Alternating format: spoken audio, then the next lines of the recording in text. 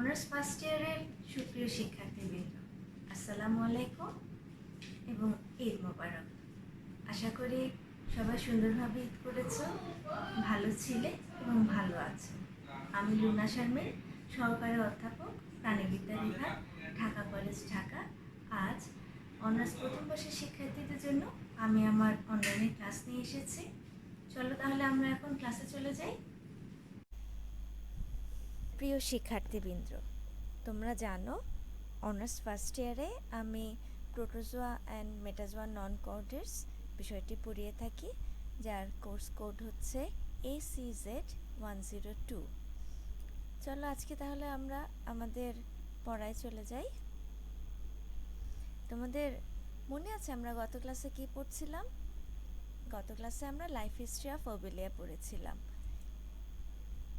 Life history of ওবেলিয়া আমরা কি কি দেখেছিলাম দেখো তো, এই ছবিটা দিয়ে আমরা একটু সংক্ষেপে বর্ণনা করে নিই। প্রথমে কি দেখেছিলাম, আমাদের এটা একটা ওবেলিয়া কলোনি, সেখান থেকে একটা অংশকে বর্ধিত করে আমরা ওবেলিয়া কলোনির বিভিন্ন অংশ দেখেছিলাম। কি দেখেছিলাম, ওবেলিয়া কলোনিতে আমরা পলিপ দেখতে পাই।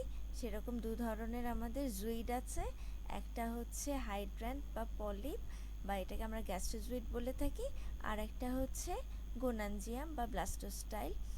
কারণ এখানে কি থাকে, এখান থেকে গৌণপোর বা ব্লাস্টুল আমাদের মেডুসা উৎপন্ন হয়ে থাকে। হাইড্রান্টরা যেটা, সেটা গ্যাস্ট্রোজুইড, মানে এরা পুষ্টির সাথে সম্পর্কিত, এদের টেন্টাকেল থাকে, এই টেন্টাকেলের মাধ্যমে ওরা খাবার গ্রহণ করে, মুখছিদ্রের মাধ্যমে এখানে থেকে খাবার গ্রহণ করে থাকে। আর এই যে আমাদের গোনানজিয়াম বা ব্লাস্টোস্টাইল যেটা ব্লাস্টোজুইড, এটার কাজ হচ্ছে বাডিংয়ের মাধ্যমে মেডুসা উৎপাদন করা। মেডুসা হচ্ছে ফ্রি লিভিং, ওরা সমুদ্রের পানিতে ভেসে বেড়ায় এবং মেডুসা থেকে ওরা যে গোনাড বহন করে, সেই গোনাড থেকে স্পার্ম এবং ওভাম নির্দিষ্ট সময় পরে পরিপক্ক হলে পানিতে উন্মুক্ত হয়, ফার্টিলাইজেশন ঘটে এবং ডেভেলপমেন্টাল বিভিন্ন স্টেজ পার হয়ে, অর্থাৎ মরুলা, ব্লাস্টুলা, গ্যাস্টুলা এসব পার হয়ে একটা ফ্রি লিভিং লার্ভাতে পরিণত হয়। সেটার নাম হচ্ছে, মনে আছে লার্ভাটার নাম কি? প্লানুলা লার্ভা। এটা চারদিকে সিলিয়াযুক্ত থাকে। এই লার্ভাটা কিছুক্ষণ পানিতে সাঁতার কাটে, তারপরে কোনো অবলম্বনের সাথে আবদ্ধ হয়ে যায় এবং পরবর্তীতে সেই লার্ভা থেকে আমাদের একটা হাইড্রয়েড কলোনি ধীরে ধীরে জন্ম লাভ করে এবং সেই হাইড্রয়েড কলোনি ভবিষ্যতে বাডিংয়ের মাধ্যমে পুরো একটা ওবেলিয়া কলোনি তৈরি করে থাকে। আবার সেই ওবেলিয়া কলোনি থেকেই ব্লাস্টোস্টাইল আবার মেডুসা উৎপাদন করে এবং সেভাবে এই পুরো জীবনচক্রটা চলতে থাকে। আজকে আমরা যেটা পড়ব সেটা এই যে ছবিটা, এটা থেকে আমাদের সম্পর্কিত। আজকে আমরা শুধুমাত্র 3টা শব্দের মাধ্যমে আমাদের আজকের পাঠটা শেষ করব। আজকে যেটা পড়ব আমরা, 1 নাম্বার হচ্ছে অল্টারনেশন অফ জেনারেশন, দ্বিতীয় যে শব্দটা পড়ব সেটা হচ্ছে মেটাজেনেসিস, এবং তৃতীয় যেই ঘটনাটা সেটা হচ্ছে পলিমরফিজম। এই 3টা শব্দ আমরা আমাদের ওবেলিয়ার জীবনচক্র পড়তে গেলে আমাদের পড়তে হয়। তার মানে আমাদের আজকে পাঠ শিরোনাম হচ্ছে alternation of generation, metagenesis and polymorphism in the life cycle of Obelia. এখন চলে আসো, অল্টারনেশন অফ জেনারেশন বলতে আমরা কি বুঝি? এর বাংলা অর্থ হচ্ছে যৌনক্রম। কোনো জীবের জীবনচক্রে ডিপ্লয়েড বা হ্যাপ্লয়েড দশার যে পর্যায়ক্রমিক আবর্তন, সেটাকে আমরা যৌনক্রম বলে থাকি। দেখি আমাদের এখানে কি বলেছে, the regular alternation of forms or of mode of reproduction in the life cycle of an organism, such as the alternation between diploid and haploid phase or between asexual and sexual reproductive cycle. আমি আগে যা বললাম এটা হচ্ছে পর্যায়ক্রমিক আবর্তন, একটা diploid এবং হ্যাপ্লয়েড দশার পর্যায়ক্রমিক আবর্তন, অথবা অ্যাসেক্সুয়াল এবং সেক্সুয়াল যে রিপ্রোডাক্টিভ সাইকেল, সেটা পর্যায়ক্রমিক আবর্তনের মাধ্যমে যে জীবনচক্রটা সম্পন্ন করে থাকে, সেই ঘটনাটাকেই আমরা অল্টারনেশন অফ জেনারেশন বলে থাকি। দ্বিতীয় যে শব্দটা এসেছে সেটা হচ্ছে মেটাজেনেসিস। আমরা ছবিটা দেখি, ছবিতে দেখছি, আমরা আগেও দেখেছি ওবেলিয়ার জীবনচক্রে এই মেটাজেনেসিসটা দেখা যায়। মেটাজেনেসিসটা অনেকে অল্টারনেশন অফ জেনারেশনকেও মেটাজেনেসিস বলে থাকে, তবে একটু পার্থক্য আছে। এখানে দেখো আমাদের এই অংশটুকুতে আমাদের ওবেলিয়ার কলোনিতে এখানে কি দেখা যাচ্ছে, পলিপয়েড দশা বা হাইড্রয়েড কলোনিতে যেই জীবনচক্রটুকু সম্পন্ন হচ্ছে মেডুসা উৎপাদন হওয়া পর্যন্ত, সেটা হচ্ছে অ্যাসেক্সুয়াল রিপ্রোডাকশন। তারপরে মেডুসার থেকে কি হচ্ছে, যেহেতু মেডুসা থেকে আমাদের গোনাড থেকে আমাদের গ্যামেট উৎপন্ন হয়, সেই অংশটুকু হচ্ছে আমাদের সেক্সুয়াল রিপ্রোডাকশন, এবং তার পরবর্তীতে সেটা আবার আমাদের হাইড্রয়েড কলোনি পর্যন্ত আবর্তিত হয়ে থাকে। এই যে ঘটনাটা, metagenesis is the reproductive cycle of an organism that alternates between sexual and asexual generation. এই কথাটার এবং অল্টারনেশন অফ জেনারেশন একই কথা, তাহলে শব্দ দুটো কেন আলাদা হলো? এখানে যে মানে কেন আলাদা হলো সেটার একমাত্র কারণ, সেটা হচ্ছে this phenomenon of alternation between two diploid phase is termed as metagenesis. এখানে এই যে আমাদের asexual reproduction and sexual reproduction, এখানে দুটা দশাই থাকে ডিপ্লয়েড। আমরা পরবর্তীতে এই ওবিলিয়াতে অল্টারনেশন অফ জেনারেশন অ্যান্ড মেটাজেনেসিসের পুরো ব্যাখ্যাটা পড়ব।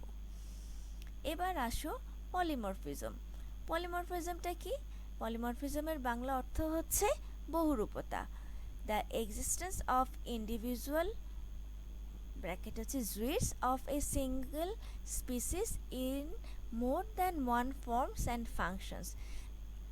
আচ্ছা, এখন পলিমরফিজমটাকে যদি আমি এক কথায় বলতে চাই, একই প্রজাতির বিভিন্ন সদস্যরা যখন কলোনি গঠন করে বসবাস করে, তখন তাদের মধ্যে যদি শ্রম বিভাজনের প্রেক্ষিতে কলোনির সদস্যের মধ্যে আকৃতিগত ও শারীরবৃত্তীয় পার্থক্য প্রকাশ পায়, তাহলে এই ঘটনাটাকে পলিমরফিজম বলে।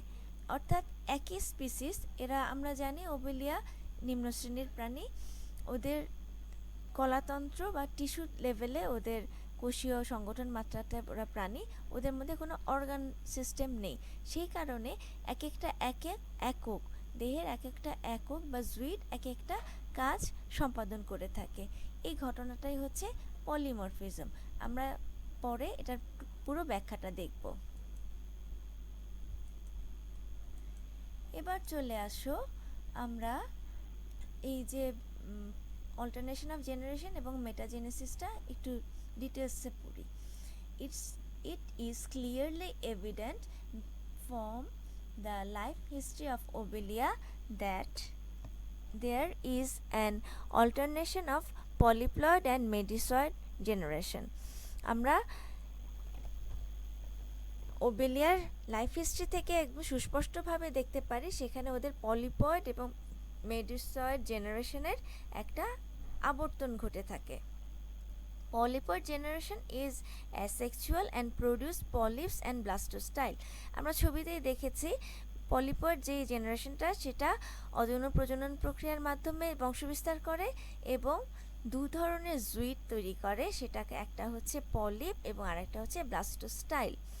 এবং ব্লাস্টোস্টাইল থেকে আবার কি হচ্ছে মেডুসা উৎপন্ন হয়, সেটাও হচ্ছে অযৌন প্রজননের মাধ্যমে বা বাডিংয়ের মাধ্যমে। The blastostyle also produce medusae by asexual budding. The medusae do not produce medusa, but they give rise to gametes, which after fertilization develop into polyploid colony, from which medusae are produced again by budding. এইটাই হচ্ছে মেডুসার থেকে একটা Medusa উৎপন্ন হয় না, কিন্তু Medusa gamete উৎপন্ন করে এবং কি হচ্ছে ফার্টিলাইজেশনের পরে ওরা একটা পলিপয়েড কলোনি গঠন করে থাকে।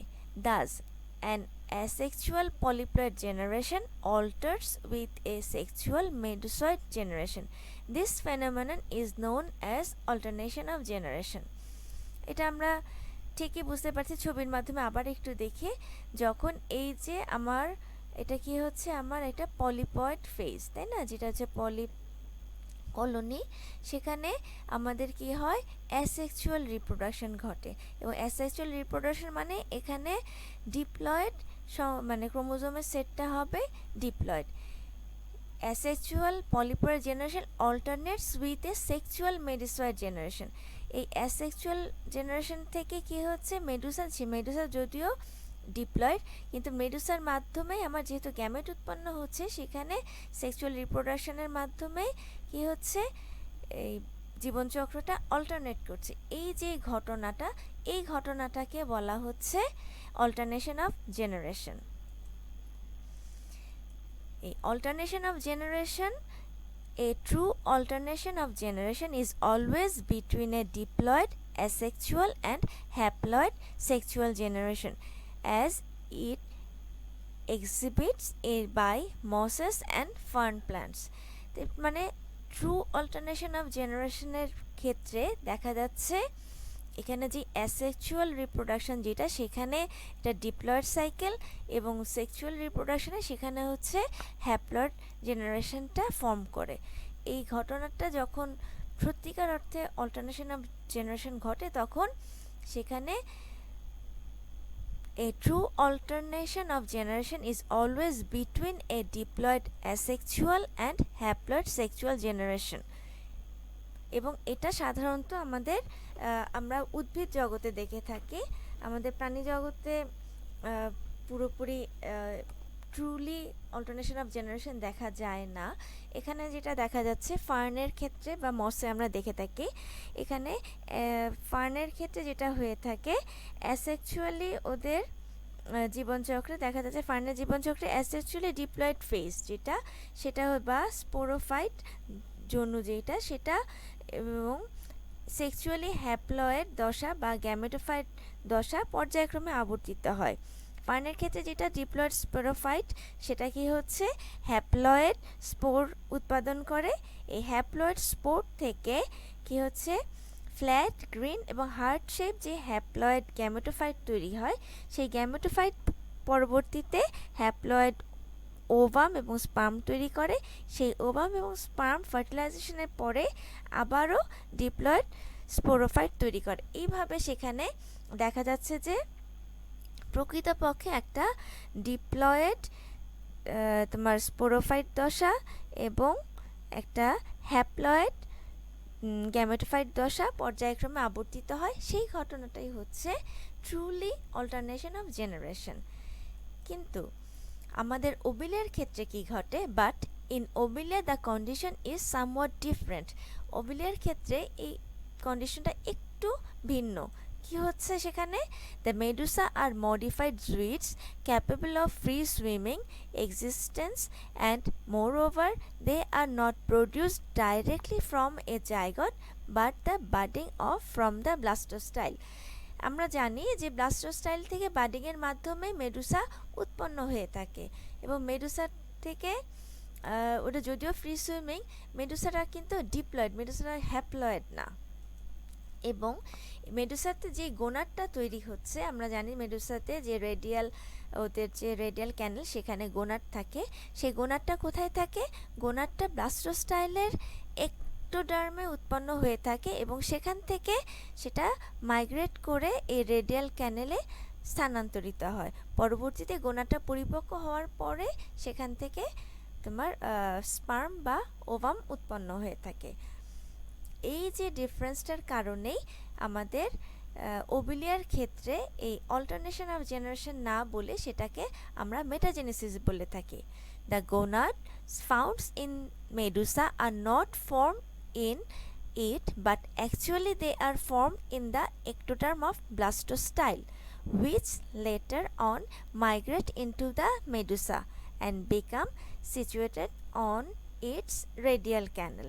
একটু আগে আমি যা বললাম সে কথাগুলি। Thus it is rather difficult to distinguish between sexual and asexual generation.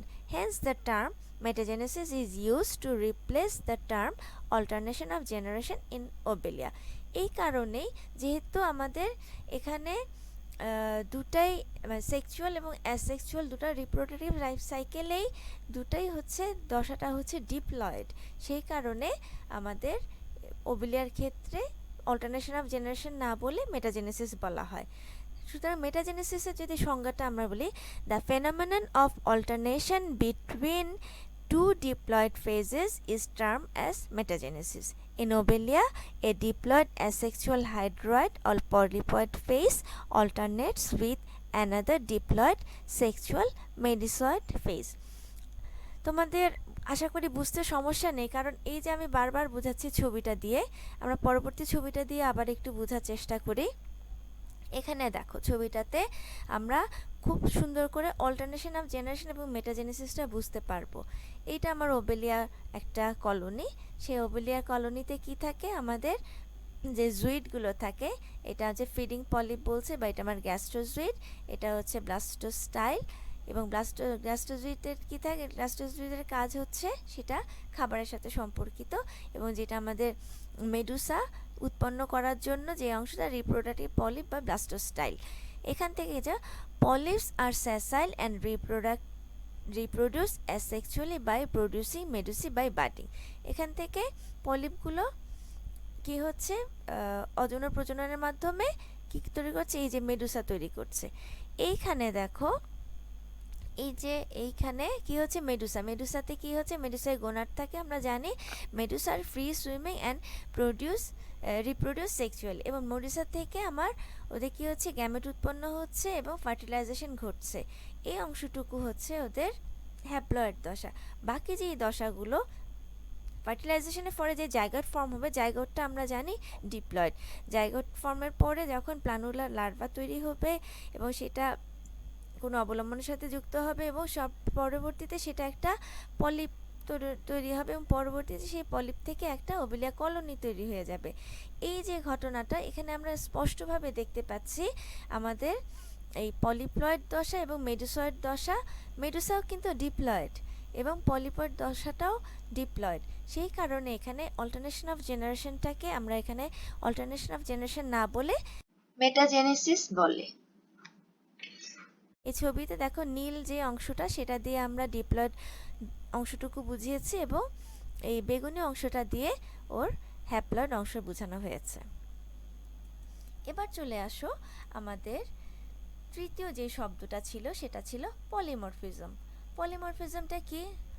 Polymorphism একটা গ্রিক শব্দ, তো মানে এটা যে উৎপত্তি দুটা গ্রিক শব্দ থেকে এসেছে। পলিস মানে মেনি, মরফো মানে ফর্ম, মানে বাংলা বলেছিলাম কি বহুরূপতা। The word polymorphism comes from Greek roots polys means many and morpho means form. মানে একই প্রাণীর দেহে, একটি নির্দিষ্ট একই প্রাণীর দেহে দেখা যাবে যে একাধিক গঠন এবং কার্য একক দেখা যায়। The phenomenon of occurrence of an individual in two or more distinct morphological and functional form. এই যে ঘটনাটা, এই ঘটনাটাকে আমরা পলিমরফিজম বলে থাকি। মানে একই প্রজাতির বিভিন্ন সদস্যরা যখন কলোনি গঠন করে বসবাস করে, এবং তখন যদি তাদের কার্যগত পার্থক্যের কারণে, অর্থাৎ তাদের ভিতরে যখন ডিভিশন অফ লেবার বা শ্রম বিভাজনের প্রয়োজন হয়ে থাকে, তখন কলোনির সদস্যদের মধ্যে যে আকৃতিগত এবং শারীরবৃত্তীয় পার্থক্য প্রকাশ পায়, তাহলে তখনই সেই ঘটনাটাকে আমরা পলিমরফিজম বলে থাকি। ইট occurs in the same species of an individual. একই প্রজাতির ক্ষেত্রে, একই প্রজাতির একটি নির্দিষ্ট প্রাণীর ক্ষেত্রে এটা ঘটে থাকে। কারণ এটা কেন ঘটে থাকে, কারণ ওরা নিম্ন শ্রেণীর প্রাণী, ওদের দেহে কোনো অঙ্গতন্ত্র নেই, ওরা টিস্যু লেভেলের প্রাণী, কিন্তু জীবনযাপনের জন্য তাদের সবই করতে হবে। সেই জন্য যেমন আমাদের কি আছে, মানুষের, আমরা উন্নত প্রাণী বা উন্নত প্রাণীতে কি দেখা যায়, বিভিন্ন তন্ত্র দেখা যায়, তাদের পরিপাকতন্ত্র দেখা যাচ্ছে, সেখানে শ্বসনতন্ত্র দেখা যাচ্ছে, রেচনতন্ত্র দেখা যাচ্ছে, প্রজননতন্ত্র দেখা যাচ্ছে। একটা প্রাণীর ভিতরে বিভিন্ন টিস্যুগুলো বিভিন্নভাবে অঙ্গ গঠন করে, কোনটা তন্ত্র, কতগুলো অঙ্গ মিলে একটা তন্ত্র গঠন হয়। কিন্তু নিম্ন শ্রেণীর প্রাণীতে, যেখানে কোষীয় মাত্রার প্রাণী, টিস্যু মাত্রার প্রাণীতে যেহেতু তাদের কোনো অঙ্গ গঠন হয় না, তখন তারা আলাদা আলাদা একক গঠন করে ফেলে। আচ্ছা, it is also known as genetic polymorphism. এটাকে আমরা জেনেটিক পলিমরফিজম বলে থাকি। আমরা যে ওবেলিয়াতে দেখতে পাই তা না, আমরা যে টার্মাইটস বা অ্যান্ট, আমরা যে উই পোকা বা পিঁপড়াতে কিংবা মৌমাছির ক্ষেত্রে আমরা দেখতে পারি যে ওদের এখানে পলিমরফিজম দেখা যায়। For example, different individual of species may remain separate as represented by various caste in termites, ants and honeybee. এখানে দেখা যায় আমরা টার্মাইটসে আমরা 4 ধরনের কাস্ট সিস্টেম দেখতে, মানে একটা টার্মাইটসের ভেতরে একই উই পোকা, তাদের মধ্যে 4 ধরনের আলাদা আলাদা ফর্ম দেখা যায়। যেমন রানী দেখা যায়, যারা শুধু রিপ্রোডাক্টিভ ইউনিট, সেখানে রানী থাকে, তারপরে রাজা থাকে, কিছু থাকে ওয়ার্কার, আর কি থাকে সোলজার থাকে, ঠিক আছে। আবার হানিবের ক্ষেত্রে কি থাকে, হানিবিতে আমরা 3 ধরনের কাস্ট দেখে থাকি, রানী দেখতে পাই, রানী মৌমাছি দেখতে পাই, পুরুষ মৌমাছি দেখতে পাই এবং কর্মী মৌমাছি দেখতে পাই। Polymorphism is an important feature of the phylum Cnidaria. Cnidaria ফাইলামের একটি গুরুত্বপূর্ণ বৈশিষ্ট্য এবং খুবই গুরুত্বপূর্ণ বৈশিষ্ট্য হচ্ছে এই polymorphism. Each individual member of Cnidaria is known as zooid, and they often units to form colony which acts as a single unit বা ইন্ডিভিজুয়াল। আমরা জানি যে আমরা ছবিতেও দেখছি, গত লেকচারে আমি বলেছি যে কলোনিতে যে এককগুলো তাদেরকে আমরা জুইড বলে থাকি। আর পলিমরফিজম ইন ওবেলিয়ায় চলে আসি আমরা। Polymorphism is the phenomenon of division of labor, that is, different functions are assigned to different individual rather than the parts of organism. আমি আগেই এই কথাটা বলেছি, ওদের কি হচ্ছে শ্রম বিভাজনের জন্যই এই পলিমরফিজম গঠনটা ঘটে থাকে, কারণ ওদের বিভিন্ন দেহের বিভিন্ন অঙ্গ বিভিন্ন কাজ করে না, এক একটা আলাদা এককে বিভিন্ন কাজ করে থাকে। যেমন গ্যাস্ট্রোজুইড কি করে, সেটা খাদ্য গ্রহণ পরিপাকের সাথে কাজ করে, যেটা ব্লাস্টোস্টাইল সেটা আমাদের কি করছে বাডিংয়ের মাধ্যমে অযৌন প্রজননের মাধ্যমে মেডুসা উৎপাদনে কাজ করে। মেডুসা কি করে, মেডুসা যেমন আমাদের না ওবেলিয়ার কি হচ্ছে যৌন প্রজননে সহায়তা করে থাকে। The phenomenon where Obelia is represented by structurally and functionally different individual is called polymorphism. ওবেলিয়াতে আমাদের এই স্ট্রাকচারালি এদের গঠনগত এবং কার্যিকগতভাবে আলাদা আলাদা ইন্ডিভিজুয়াল দেখা যায়, এই ঘটনাটাই হচ্ছে পলিমরফিজম। The life cycle of Obelia includes 3 distinct types of zooid. আমরা জীবনচক্রটা দেখেছি, তখন দেখেছি আমরা 3 ধরনের জুইড পাওয়া যায় ওবেলিয়াতে। একটা হচ্ছে পলিপ বা হাইড্রান্ট, এটা কি করে, এটাকে আমরা গ্যাস্ট্রোজুইড বলে থাকি বা নিউট্রিটিভ পলিপ বলে থাকি। দ্বিতীয়টা হচ্ছে ব্লাস্টোস্টাইল, সেটা কি হচ্ছে ব্লাস্টোস্টাইল বা গনোজুইড, সেই গনোজুইডের কাজ কি অ্যাসেক্সুয়ালি রিপ্রোডাক্টিভ পলিপ, এরা কি করে, এরা বাডিংয়ের মাধ্যমে মেডুসা তৈরি করে। এবং মেডুসা যেটা সেটা হচ্ছে রিপ্রোডাক্টিভ মানে সেক্সুয়াল রিপ্রোডাক্টিভ জুইড। এই যে এখানে আমরা আবার সেই ছবিটার মাধ্যমে দেখতে পাচ্ছি, এই যে আমার ওবেলিয়ার কলোনি, ওবেলিয়ার কলোনিতে আমি এই যে যেখানে আমার কার্সার যাচ্ছে, এটা আমার একটা হাইড্রান্ট বা পলিপ, এই পলিপটা হচ্ছে গ্যাস্ট্রোজুইড। এই যে পলিপ এটা হচ্ছে আমার কি বলতো, এটা হচ্ছে ব্লাস্টোস্টাইল বা গনোজুইড। এইখান থেকে এরা কি করছে, এরা আমার খাদ্যের সাথে সম্পর্কিত, এটা বাডিংয়ের মাধ্যমে মেডুসা উৎপাদনের সাথে সম্পর্কিত। এইটা হচ্ছে মেডুসা। মেডুসা কি করে, মেডুসা থেকে দেখো স্পার্ম এবং ওভাম তৈরি হচ্ছে, মানে এরা আমাদের sexual reproductive unit. Initially, the colony of Obelia is represented by only 2 forms, gastrozooid and blastozoid, and is called dimorphic. যখন শুরু হচ্ছে একটা পলিপয়েড অবস্থা থেকে প্লানুলার লার্ভাটা যখন স্থির হয়, তখন সেই একটা ইয়াং পলিপ তৈরি হচ্ছে। ইয়াং পলিপ থেকে আস্তে আস্তে একটা কি হচ্ছে ওবেলিয়ার হাইড্রান্ট কলোনি তৈরি হচ্ছে। যখন এই হাইড্রান্ট কলোনিতে আমরা 2 ধরনের জুইড দেখতে পাই।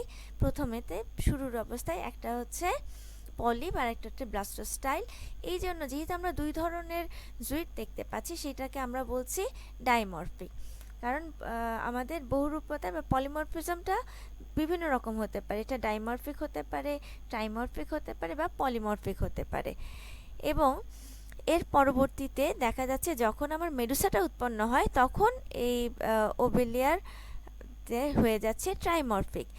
Letter when gonopores develop on the blastozoids by the process of budding, the colony is consider trimorphic represented by 3 kinds of zooid. এই কলোনিতে তখন দেখা যাচ্ছে যখন মেডুসা উৎপন্ন হয়ে যায় তখন একটি কলোনিতে 3 ধরনের জুইট দেখা যায়, তখন সেটাকে আমরা ট্রাইমরফিক জুইট বলি। এভাবেই আমরা ওবেলিয়ার পলিমরফিজম ব্যাখ্যা করতে পারি। আমি এখানে তোমরা যখন পরীক্ষায় লিখবে তখন এই যে পলিপের অবস্থা, পলি, ব্লাস্টোস্টাইল এবং মেডুসা, আমি আমার প্রথম ক্লাসে যখন স্ট্রাকচারটা পড়িয়েছিলাম ওবেলিয়ার কলোনির তখন ডিটেলসে পলিপের যে বর্ণনা দিয়েছি, ব্লাস্টোস্টাইলের বর্ণনা দিয়েছি, মেডুসার বর্ণনা দিয়েছি। তোমরা সেই বর্ণনাগুলো সংযুক্ত করে পলিমরফিজম ইন ওবেলিয়ার পুরো অ্যান্সারটা কমপ্লিট করবে। এবার দেখি আমাদের পরবর্তীতে কি আছে। এখন এই যে আমরা পলিপয়েড এবং মেডুসয়েড দশা দেখলাম, এই আমাদের ওবিলে আর একটা গুরুত্বপূর্ণ প্রশ্ন আসে, difference between polyp and Medusa. ঠিক আছে, এই পার্থক্যটা তোমাদের পরীক্ষায় প্রায় এসে থাকে। আমি সেজন্য একটু তোমাদেরকে বিষয়টা দেখিয়ে দিচ্ছি, পলিপ এবং মেডুসার মধ্যে পার্থক্য। আমরা তো পড়ে এসেছি, এখন জাস্ট শুধু আমরা কয়েকটা পয়েন্ট আলোচনা করব। পলিপটা কি? পলিপটা হচ্ছে ফিক্সড বা স্যাসাইল, ওরা হচ্ছে রেয়ারলি ফ্রি, ওরা একটা কোনো অবলম্বনের সাথে আবদ্ধ থেকে থাকে, তারা কিন্তু মুক্ত সঞ্চারণশীল না। সেখানে আমরা জানি মেডুসা কীরকম, মেডুসা আমরা জানি পানিতে সাঁতার কেটে ভেসে পারে, তার মানে হচ্ছে ফ্রি সুইমিং। দ্বিতীয় যে পয়েন্টটা আমরা বলতে পারি, দেখতে কীরকম, পলিপটা দেখতে সিলিন্ড্রিক্যাল, ইলংগেটেড, লম্বালম্বি। আর মেডুসা দেখতে কীরকম? মেডুসা দেখতে ছাতার মতো, the body sausage shape or umbrella like. আমরা এর আগে ছবি দেখেছি। তারপরে আমাদের যেটা ওদের ম্যানোব্রিয়াম বা মুখছিদ্রটা, মুখটা যদি আমি বলি, base attached below so the manubrium is directed upward. যেহেতু ওটা অবলম্বনের সাথে, বেসটা কোনো অবলম্বনের সাথে লেগে থাকে, সে কারণে মুখটা থাকে উপরের দিকে। আর মেডুসা কী আছে? মেডুসার চেহারাটা মনে আছে, মেডুসাটা আমব্রেলা, তার কি ছিল? একটা আমব্রেলার মতো, ছাতার মতো, তার মানে ওর মুখটা কি হচ্ছে নিচের দিকে ডাউনওয়ার্ডসে হ্যাঙ্গিং, ঝুলন্ত অবস্থায় থাকে। ছবিটা খেয়াল আছে? আমি এখানে ছবি দেখাচ্ছি না, তোমরা ছবিটা পরীক্ষার খাতায় এখানে অবশ্যই ছবি আঁকবে। Base above so the manubrium hangs downward। আচ্ছা, মেসোগ্লিয়া যেটা, মেসোগ্লিয়াটা পলিপের ক্ষেত্রে পোরলি ডেভেলপ। আমি প্রথম গঠনের ক্ষেত্রে দেখেছিলাম মেসোগ্লিয়া, পলিপের ক্ষেত্রে মেসোগ্লিয়াটা খুবই কম থাকে, কিন্তু মেডুসার ক্ষেত্রে মেসোগ্লিয়াটা অনেক ওয়েল ডেভেলপ থাকে। এখন আরেকটা ছিল ভেলাম। ভেলামটা আমার মেডুসাতে উপস্থিত থাকে কিন্তু পলিপে অনুপস্থিত। ভেলাম অ্যাবসেন্ট, মেডুসার ক্ষেত্রে velum present around the margin of umbrella. আমব্রেলার সারফেসটা ছিল, সেখানে ভেলামটা থাকে। এবং মাউথটা যেটা বলছে, মাউথটা এখানে পলিপের ক্ষেত্রে আমাদের হাইড্রান্টাতে কী দেখেছিলাম, মাউথটা হচ্ছে সার্কুলার এবং মাউথের ওখানে কোনো ওরাল লোব থাকে না। মেডুসাতে মনে আছে, মেডুসাতে আমরা দেখেছিলাম মাউথটা হচ্ছে রেক্টাঙ্গেল এবং সেখানে ওরাল লোব থাকে। গ্যাস্ট্রোভাস্কুলার ক্যাভিটি পলিপের ক্ষেত্রে খুবই simple, without radial and circular canal. মেডুসাতে আমরা দেখেছি মেডুসাতে 4টা রেডিয়াল ক্যানেল এবং পুরো একটা সার্কুলার ক্যানেল থাকে। আর gastrovascular cavity represent by stomach, 4 radial canals and 1 circular canal. এবং পলিপের ক্ষেত্রে কি দেখা যায়, পলিপ যেহেতু অযৌন প্রজননের মাধ্যমে, বাডিংয়ের মাধ্যমে বংশবিস্তার করে, তার সেখানে কোনো গোনাড থাকে না। পলিপে উইদাউট গোনাড। মেডুসাতে কয়টা গোনাড থাকে বললে মনে আছে? মেডুসাতে 4টা গোনাড থাকে। কোথায় থাকে? রেডিয়াল ক্যানেলের মধ্যে, উইথ 4 গোনাডস অন রেডিয়াল ক্যানেল। আর এটা আমরা জানি, সেটা পলিপের যে রিপ্রোডাকশন, সেটা কি হচ্ছে, polyp reproduce asexually by budding, বাডিংয়ের মাধ্যমে প্রজনন ঘটে থাকে এবং সেটা হচ্ছে অযৌন প্রজনন। মেডুসায় কি প্রজনন ঘটে থাকে? মেডুসায় সেক্সুয়ালি প্রজনন ঘটে থাকে। এটা হচ্ছে আমাদের পলিপ এবং মেডুসার পার্থক্য। তোমরা অবশ্যই পরীক্ষার খাতায় লেখার সময় এখানে ছবি এঁকে দিবে। এখন এই যে ইম্পর্টেন্স অফ পলিমরফিজম, এই পলিমরফিজমের গুরুত্বটা কি এই ওবেলিয়াতে? It is essential for division of labour among the individual zooid. প্রতিটা, এটা আগেই বলেছি, ওরা নিম্ন শ্রেণীর প্রাণী, সেখানে ওদের যে কাজের যে শ্রমবন্টন, ডিভিশন অফ লেবারের কারণেই যার জন্য খুবই প্রয়োজন এই পলিমরফিজমটা দরকার, কারণ এক একটা জুইট এক একটা কাজ করে থাকে। Different functions are assigned to different forms, এটা যেটা বলেছি, এটা যেমন for example polyps are concern with feeding, protection and asexual reproduction. পলিপসের 3টা কাজ। একটা হচ্ছে খাদ্যর সাথে সম্পর্কিত, কিছু কাজ ওদের প্রোটেকশনে হেল্প করে। প্রোটেকশন কিভাবে করে? প্রোটেকশন ওদের টেন্টাকেলে যে কি একটা কোষ থাকে বলো তো, নিডোপ্লাস্ট সেল থাকে, সেখানে নেমাটোসিস থাকে, তার মাধ্যমে ওরা আত্মরক্ষা করে থাকে এবং অযৌন প্রজননে পলিপটা সহায়তা করে থাকে। আর মেডুসা কি কাজ করে? Whereas medusa are concern with sexual reproduction. Medusa তাদের সেক্সুয়াল রিপ্রোডাকশনের সাথে সম্পর্কিত। এটা হচ্ছে আমাদের এই পলিমরফিজমের ব্যাখ্যা। তো আজকে আমাদের পড়া এ পর্যন্তই। তোমরা আশা করি আজকে আমি ওবেলিয়াটা পুরোটা শেষ করে দিলাম।